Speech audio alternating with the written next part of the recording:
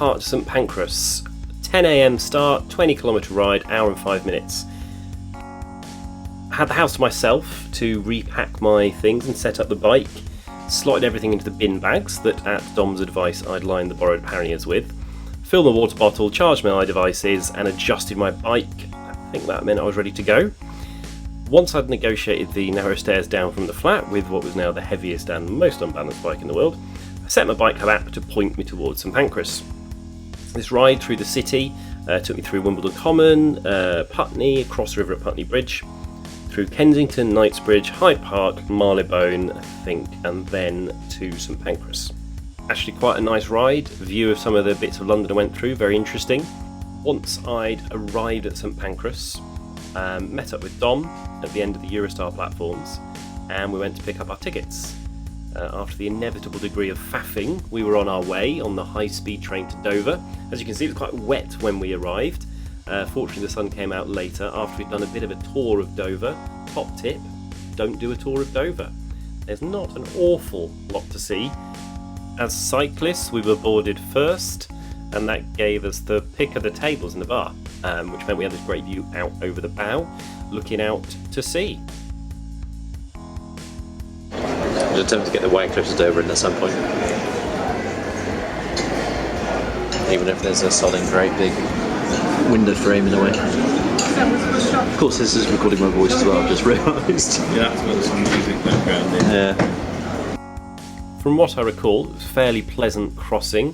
This is us just arriving at Dunkirk, well, at the port anyway, which turns out isn't actually in Dunkirk, but 8 kilometres away. So we had a further ride that day, our first ride abroad, my first ride abroad ever, Dom's first with me, and that took us to our hotel, which was a Formule 1, very basic, very simple, but perfectly adequate for a one-night stay.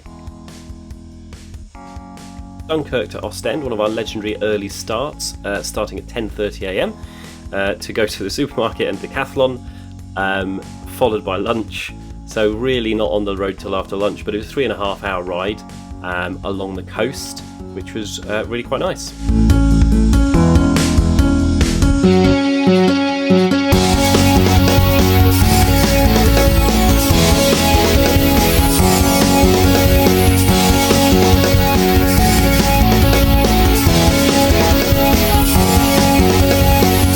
We had intended to go to the Musée Portuaire, but due to our impeccable timing, it was closing 15 minutes after we got there. We then went down to the Dunkirk beaches.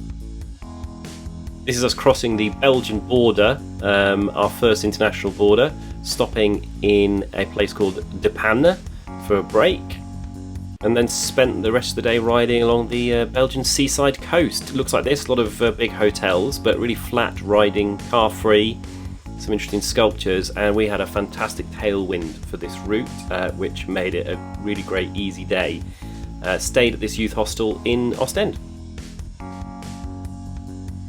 Ostend to Bruges, quite a short jaunt, which was good because my bike unfortunately broke this morning. We went to a little local bike shop to get that repaired before we set off on our way.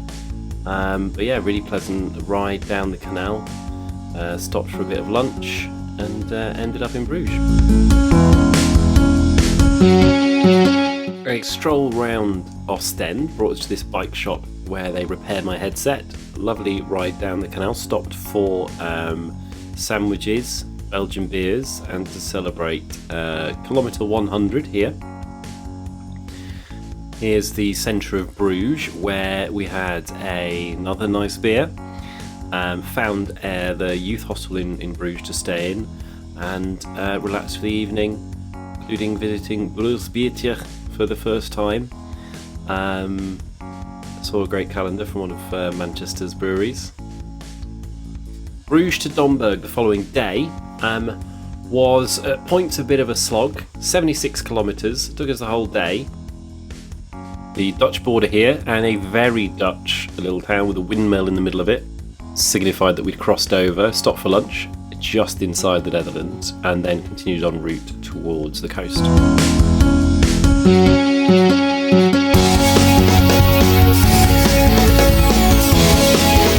reaching the town of Breskens, we found our way down to the ferry port and paid $7.60 for a high-speed ferry across the water and onto Zeeland proper. We then headed up to Middelburg, where we had intended to stay. Alas, couldn't find anywhere to stay the night there, so we carried on out towards Domburg appropriately.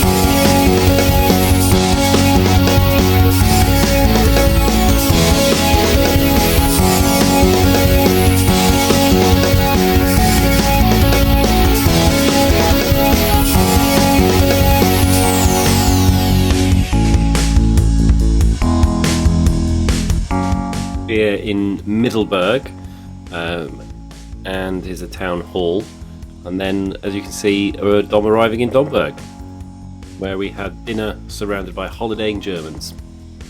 So Domburg to Rotterdam, 81 kilometres, took us about 4 hours, and this was making our way all the way up the sea defences. The weather was not with us on this day. We got absolutely soaked, having not brought any rainwear, so top tip there about being prepared for all eventualities. But yeah, really interesting ride here across the sea defences. All this land is reclaimed from the sea, and so the dams and floodgates to try and keep it that way. This Berghamstede, we stopped there for a coffee in a lovely cafe to dry off after we got soaked. I think it was a hazelnut latte we had. 2 of each. Now the track actually will stop in the town above here. At this point we actually got a train into Rotterdam. So we actually ended up staying in a castle in Domburg. It's converted into a youth hostel, which is very cool. Definitely search that one out again. And here's the views as we kind of cycled through the mist, through the rain, across this part of the coast. Stayed, as I say, in this cafe to warm up and dry off. As you can see, very near Rotterdam here, but this is about where we stopped to grab the train. This is my navigation technique. In Holland, all the bike junctions have numbers. Those are the numbers that we needed to hit in order. And this is the lovely romantic room that Dom and I stayed in the hostel in Rotterdam. So Rotterdam and Amsterdam, we spent a couple of days just chilling out and exploring. Rotterdam's got some great modern architecture, really worth an explore, and this brilliant tower you can go up to see a view of the whole city, which we did. It was really nice at this point to have a couple of days to relax, because we'd been, for our first trip together, my first trip ever, we'd been cycling pretty hard, and I think a little rest, getting a train up to Amsterdam and exploring the cities is definitely worth doing. Here's us on the train. And we stayed at the Hotel Abba in Amsterdam, of course. On arriving, we did cycle around the city a little, and this is us visiting the newly opened Apple store. Very interesting, having everything in Dutch there. Didn't actually visit the Rijksmuseum, but we did visit a bar where they were playing Germany versus the Netherlands. So Amsterdam to Dordrecht, 94 kilometres, over 6 hours of cycling, long day. This is us leaving Amsterdam, which I recorded on my phone strapped to the handlebars to give you an idea of what it looks like.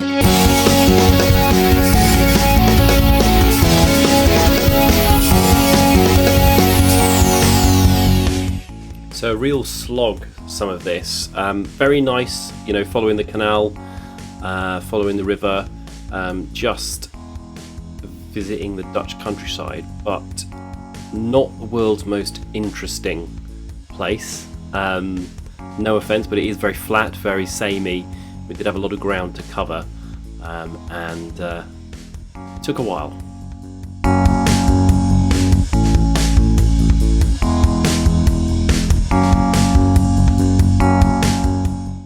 Took a short ferry just there across the ship canal and into Dordrecht. Town hall in Gouda with the cheese. And this is that ferry we took just at the end of the day.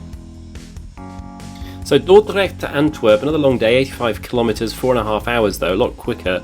And we definitely had the wind behind us on this day's cycle. Really benefited from the cycle infrastructure in the Netherlands. Lots of segregated cycle routes, often along canals, along rivers. Obviously the train really helps, but it's really great that they've invested this much in the cycle infrastructure, not just in towns but out in the countryside as well. Quite often found ourselves on cycle roads that were paved farm tracks essentially, that really had no other traffic on them, which was really great for somebody like me who was new to cycling long distance at this point. Crossing the border here, back into Belgium. So that concludes the Dutch part of our trip. Now just the final stretch down to Antwerp. Not many pictures on this segment. We really had our heads down to keep going.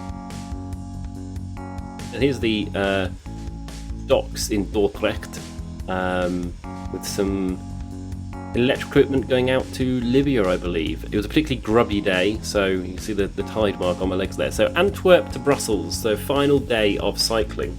64 kilometres, but 4 hours, so quite a significantly slower pace. Not as good wind direction if I recall correctly. So we made our way out of Antwerp into the countryside and down to Brussels.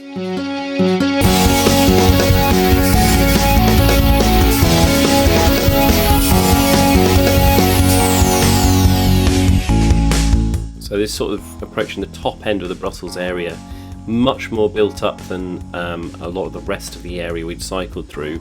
Really big city, Brussels. So picking our way through the outskirts and then into town. A bit tricky at times. Once into the city proper, navigated our way through a Middle Eastern market and then up a cobbled hill to our hotel for the night.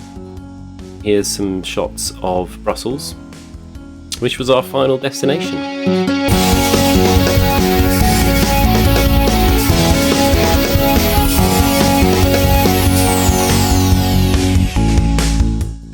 Next day we took a Eurostar to London and then went our separate ways at St Pancras. Dom to Euston to go back to Manchester, and I reversed my day one cycle. Slightly different route followed this time and certainly quicker, a lot less traffic late at night.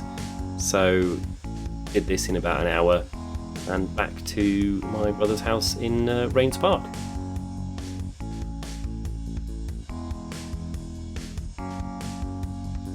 .600 kilometres, 20 kilometres an hour average, and we climbed only 520 metres.